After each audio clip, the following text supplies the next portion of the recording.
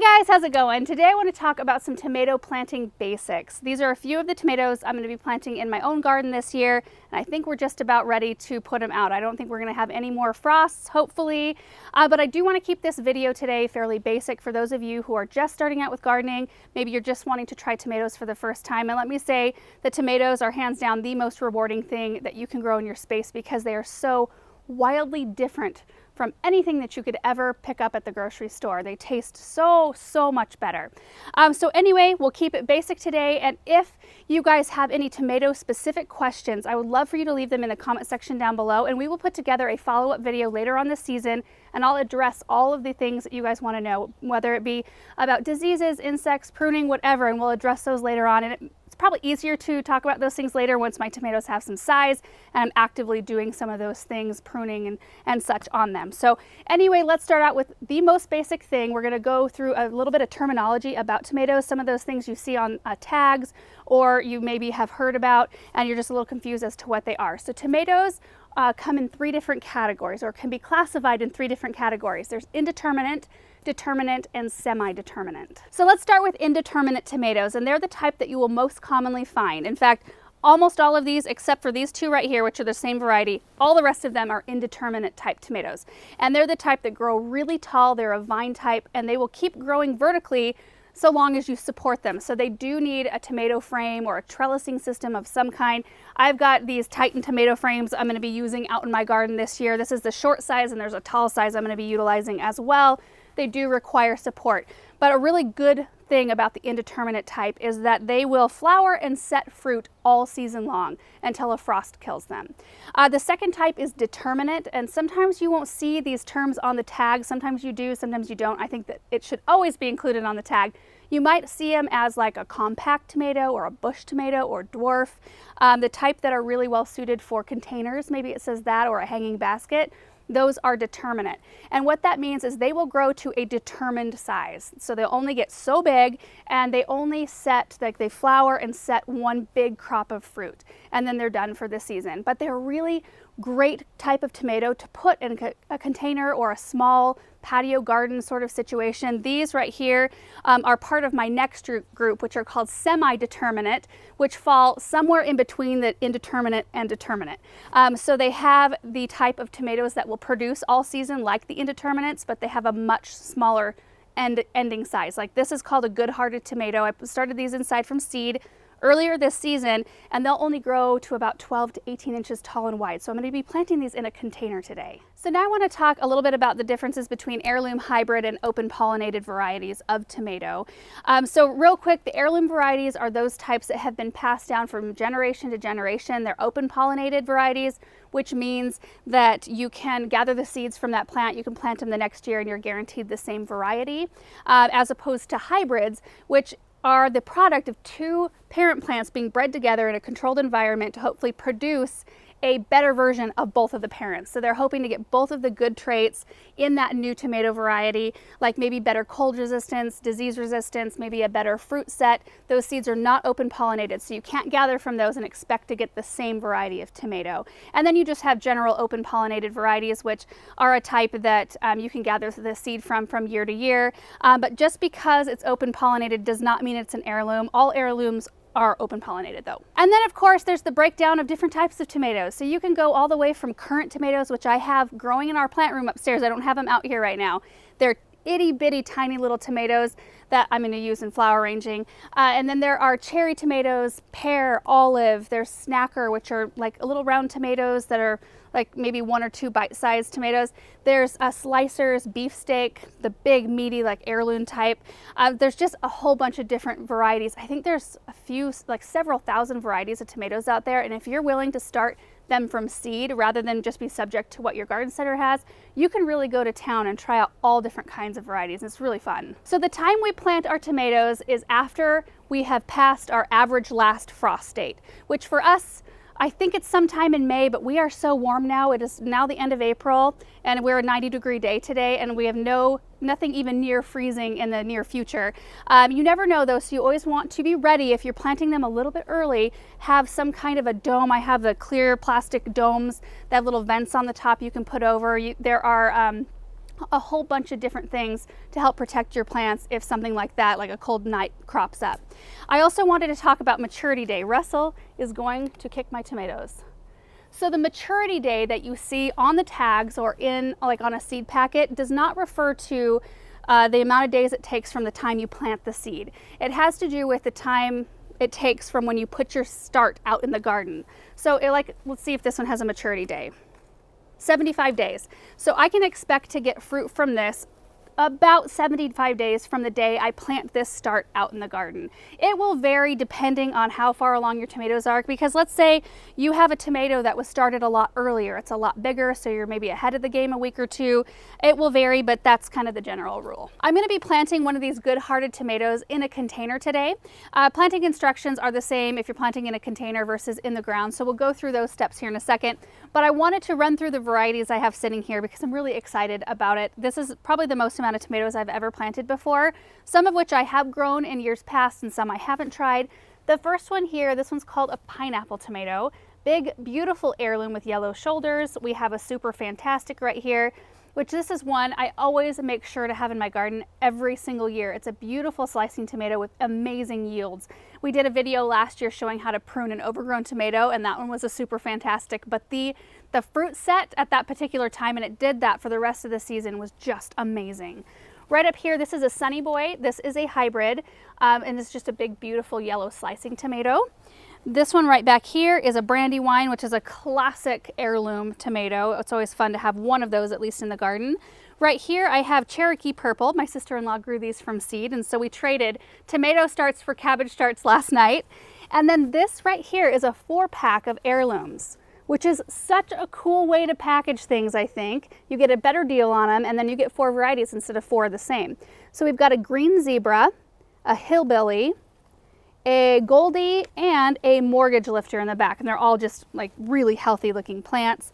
Right back here we have a 4th of July tomato, which is a hybrid slicing type, and it's an early variety. So typically they call them 4th of July because you usually have ripe tomatoes by about that time of the summer. These two are the good-hearted, and then right here this one is a sun sugar tomato, which is one of the best cherry tomatoes I've ever had, besides sweet olive, which I really love as well. So these are an orange cherry tomato. I'm going to clear the table and get my supplies real quick. So this is the container I'm planting in today, and it is a 12-inch diameter. Now you do want to make sure, like this one actually told me on the seed packet that if you were going to plant this one in a container, it needed to be a minimum of a 12-inch diameter container.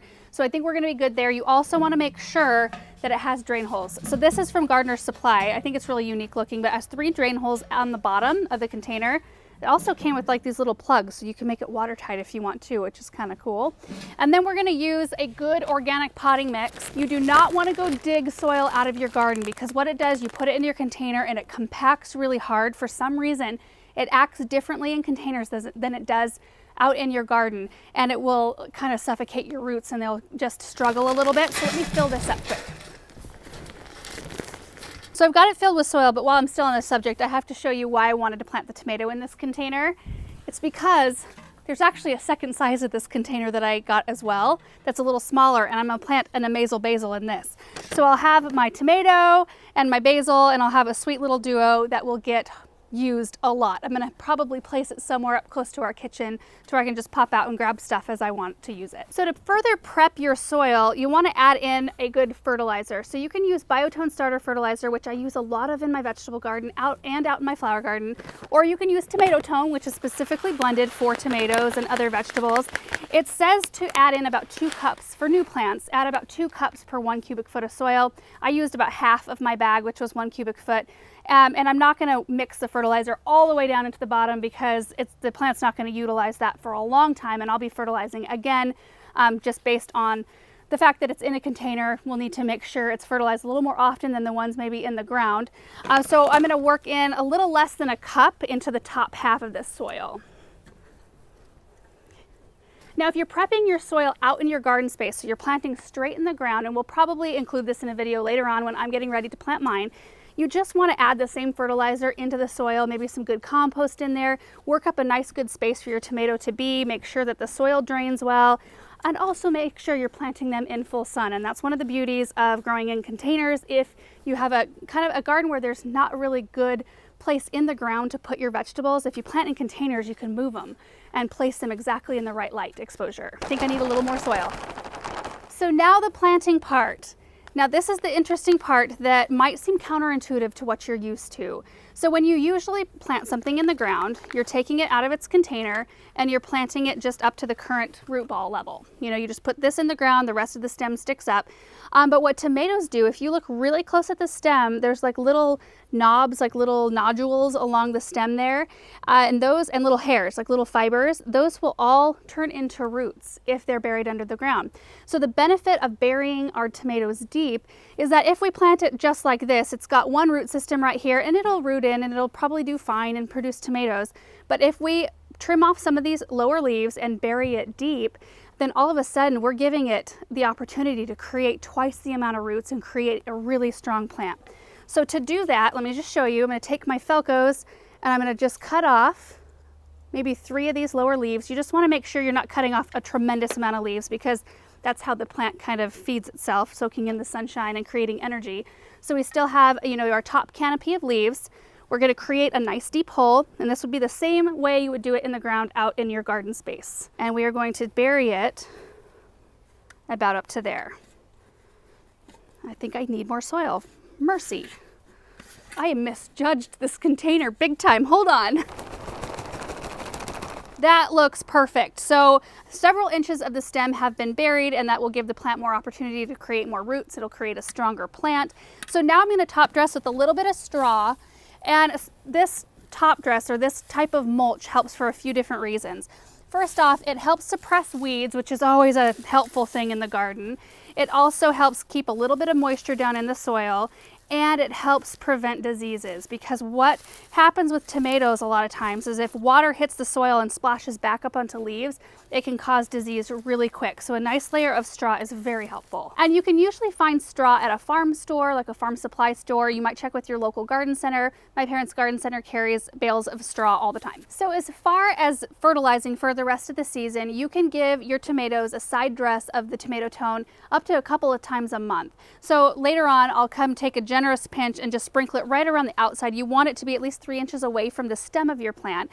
So I'll sprinkle it right around the outside and then water it in. And you can do the same thing out in your garden. You can sprinkle it around the perimeter or the circumference, whatever, the circle around your plant, or you can side dress like in row style if you've got a bunch of tomatoes planted.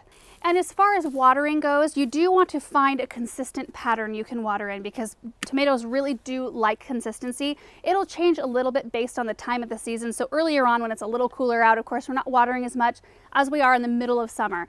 But tomatoes typically like to have a deeper soak less often. They don't want water every single day, because what that can do is if you don't give the soil a chance to dry out, your tomatoes oftentimes don't have as good of a taste. They're a little bit more watery.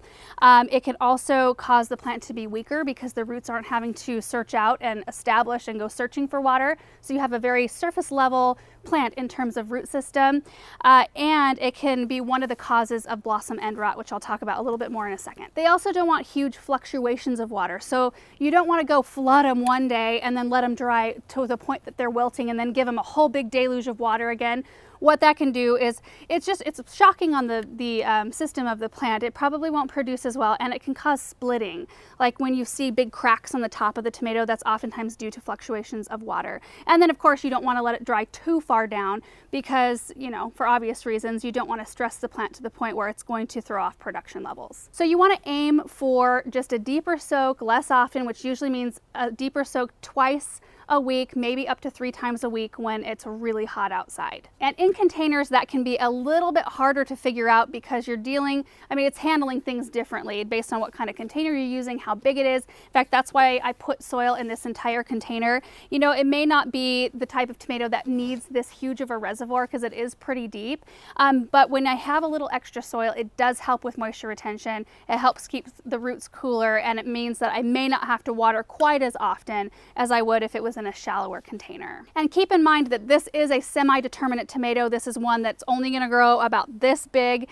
So if you're planting in a container, that is super important to make sure that you're planting an appropriate variety, because if you planted a super fantastic that's an indeterminate variety, you would have a disaster on your hands very quickly. So I just mentioned blossom end rot, and that's one of the things that we find in our area that happens a lot. And what it looks like is the top of the tomato looks fine, and then you turn it over and there's this like black or brown kind of rotted looking spot on your tomato, and what that is caused by is a lack of calcium in your plant. So like I mentioned before, if there's too much water getting to your plant, the water is washing the calcium away before the plant has a chance to absorb it.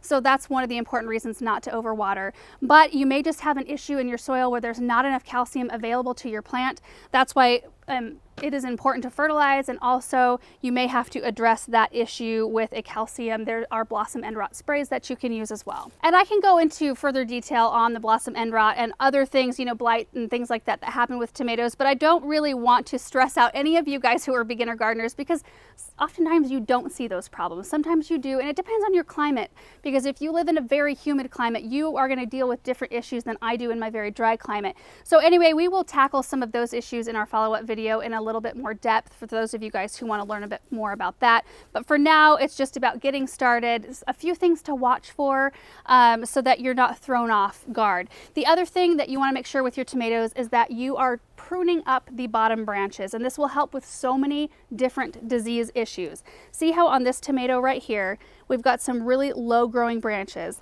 You want to make sure, like these, I would probably clip up 3. I'm going to clip 3 of these off so that we've got a nice good amount of stem before the soil starts. So I'm just going to take my Felcos and just prune these off like that.